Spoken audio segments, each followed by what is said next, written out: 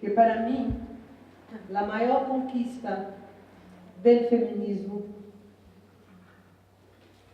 es el movimiento feminista.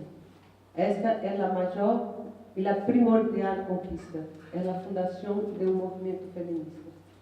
Un movimiento de emancipación de las mujeres, un movimiento de emancipación de nós mismas, rompendo las fronteras do privado, de la casa, do cotidiano, e também rompendo os limites, as fronteiras do espaço público, enfrentando a força violenta do patriarcado articulado ao capitalismo e ao racismo,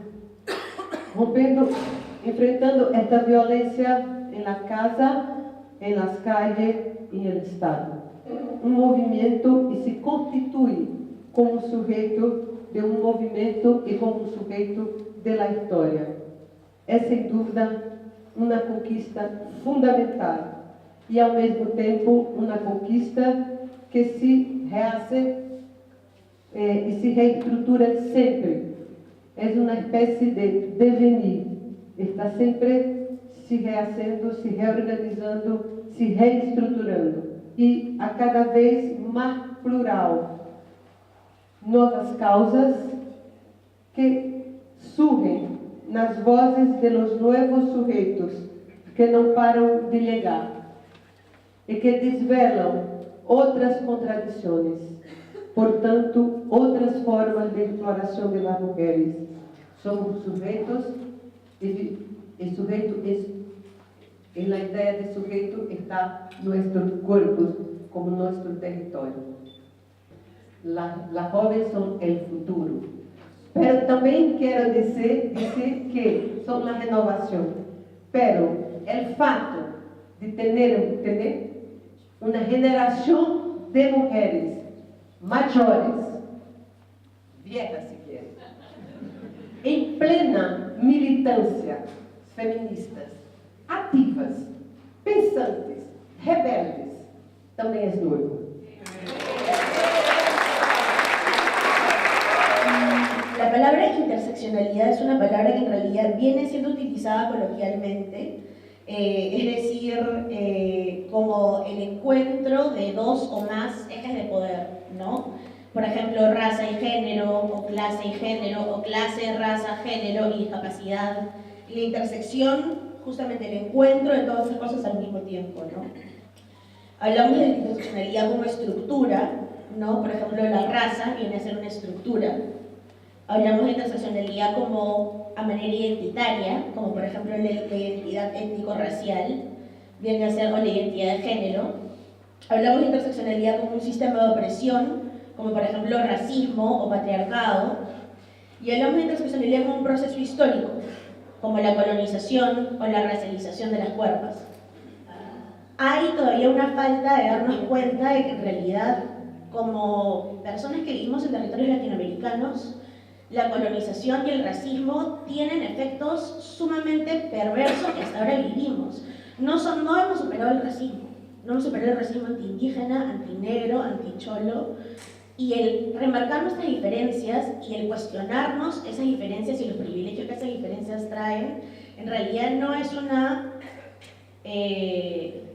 un quiebre en nuestro feminismo, sino al contrario, es una forma de construir, aportar y seguir reflexionando. La que narramos nuestras historias, la forma en la que nos identificamos, la forma en la que articulamos nuestro discurso feminista importa, ¿no? A eso quiero llamar la atención. Pero además, el capitalismo no existiría como lo conocemos hoy en día, es decir, ese sistema por el cual las personas que trabajan jamás ven el fruto de la riqueza que producen, no existiría si no fuera por la colonización de nuestras cuerpos y nuestros territorios, como ya remarcaban las compañeras que hablaron ayer, ¿no? La expropiación total de nuestros territorios por parte de la colonia española, pero además de la esclavitud y el racismo, el sistema por el cual miles de millones de personas negras fueron traídas en esclavitud desde África en contra de su voluntad para trabajar de forma gratuita por siglos. Y también tenemos la esclavitud de los chinos culíes. Y además, el capitalismo tampoco existiría si no fuese por la gratuidad del trabajo doméstico, ¿no? Es decir, el hecho de que las mujeres reproduzcan, ¿no?, esta mano de obra barata, que se encarguen de la mayor parte de la crianza y el cuidado de la casa sin ser jamás remuneradas, de forma que la riqueza de nuevo pueda seguirse acumulando en unos pocos. Es por ese motivo que me parece sumamente importante hablar de un feminismo interseccional, pero que priorice justamente las voces de las personas que son más, o digamos, múltiplemente marginalizadas por todos esos sistemas que estoy nombrando. Me parece importante recuperar las lecciones que son, por ejemplo, el cuidado de nuestras vidas fuera del sistema de salud formal y fuera del sistema de la familia heterosexual, pero además la autogestión feminista como una política de supervivencia. Siempre hubo disidencias, siempre hubo resistencias, siempre hubo subversiones, solo que no figuran en la historia. Y hoy tenemos en nuestras manos la posibilidad de construir una historia feminista, plural, diversa, llena de heridas, pero llena de sueños, llena de deseos, de experiencias. Y eso es nuevo también en este momento, porque hay una disputa de las memorias y nosotras hoy acá estamos disputando memoria colectiva, memoria que está hecha de elementos positivos, de otros críticos, pero cuando nos abordamos a los aspectos críticos hay que ubicarse en los contextos, porque la disputa de la memoria se hace en construcciones plurales, donde se llena de historias múltiples, porque seguramente cada una de nosotras, aunque creo que con Betania y con Gina compartimos, y con Lucy, una época. Y la época también importa. Las historias feministas son historias de indisciplinas que surgen de pequeñas y grandes rebeliones, desde lo privado a lo público y de lo público a lo privado, poniendo el cuerpo un nudo de estructura y acción, de experiencia y economía política. Y esto siempre fue así. Siempre pusimos el cuerpo. Todo el tiempo nos estamos interpelando mutuamente, aprendiendo de realidades y de contextos que tal vez no conocimos antes y que al conocerlos nos impactan porque tenemos una vocación de escucha. Y creo que el feminismo, en las corrientes feministas, es la única corriente teórica que se recrea permanentemente en el diálogo y también, paradójicamente, se cuestiona y se autodestruye. Yo creo que confiar en otra mujer es establecer unas nuevas formas de resistencia, de acción y de construcción de otros mundos posibles. Y entonces apelo a que nuestros diálogos construyan esa posibilidad. Está en nuestras manos, en nuestras cabezas y en nuestros corazones. Ser más solidarias entre nosotras, que no elimina el debate político ni el debate teórico. Ese lo tenemos que hacer para crecer. Hace muchos años, cuando algunas mujeres negras de mi generación estábamos participando en espacios feministas y queríamos convocar e invitar a otras compañeras del movimiento afroperuano a sumarse a esta propuesta y a esta agenda política, la respuesta era muy concreta. Las feministas no hablan de nosotras, las feministas no nos incorporan en su agenda. Para las feministas el racismo no es un problema central y por lo tanto yo no quiero estar en esos espacios. Y estaba claramente definido por una posición de tensión respecto a una agenda que sentía no estaba incorporada en esa reflexión.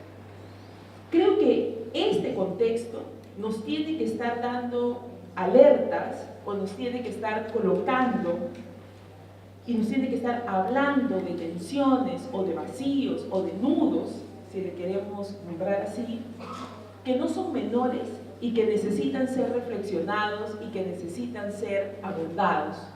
En esto que Lilian habla de vocación de escucha y en esto que se ha nombrado desde la sororidad. Creo que es fundamental reconocer los puntos de enunciación desde donde estamos construyendo una discusión política respecto al feminismo y desde donde problematizamos una agenda feminista. Para nosotras es fundamental comprender que la intersección del género, la raza, la clase, la orientación sexual y otras formas de opresión configuran un sistema muy complejo de exclusiones y discriminaciones que necesitan ser abordados del feminismo.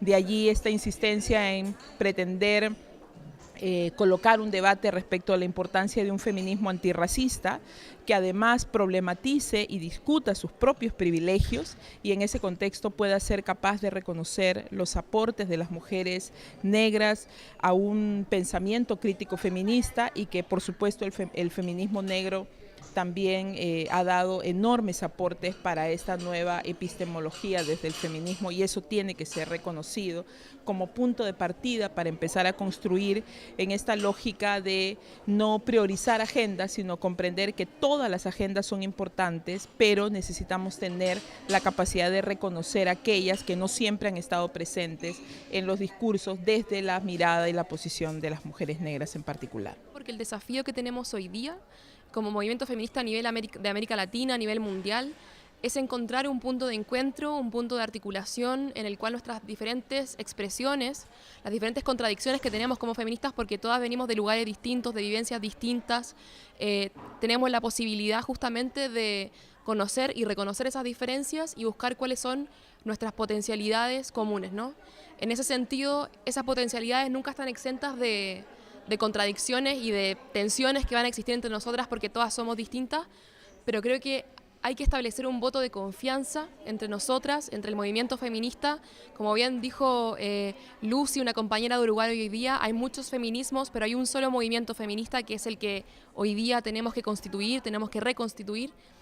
Y en ese sentido creo que es importante justamente, como decía, la confianza, ¿no? La confianza de dar cuenta que hay compañeras que van a estar en diferentes espacios, que hay compañeras que trabajan desde el mundo territorial, compañeras que trabajan desde el mundo institucional, compañeras que por otro lado se han dedicado al feminismo de los cuidados, compañeras que se han dedicado al trabajo, a la migración, al mundo indígena, y que todas esas aristas son importantes porque efectivamente nuestra tarea hoy día es revolucionar todos los espacios. Yo creo que el punto en común es poder tomar una conciencia de justamente de lo que estamos intentando hablar, del feminismo interseccional, es decir, cómo es que finalmente los múltiples sistemas de poder se articulan para oprimir algunas más que otras, ¿no? Porque no todas las mujeres son igual de oprimidas.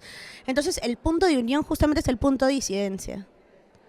El punto de unión debe ser el punto de desencuentro.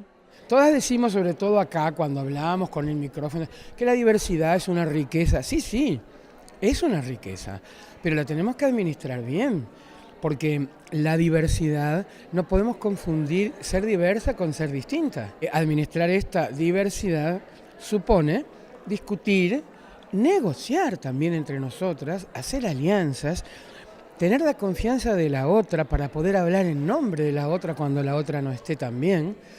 Y todas esas cosas yo creo que en América Latina, pese a todo, nos van saliendo bastante bien. Igual tenemos peleas, pero bueno, eso es normal.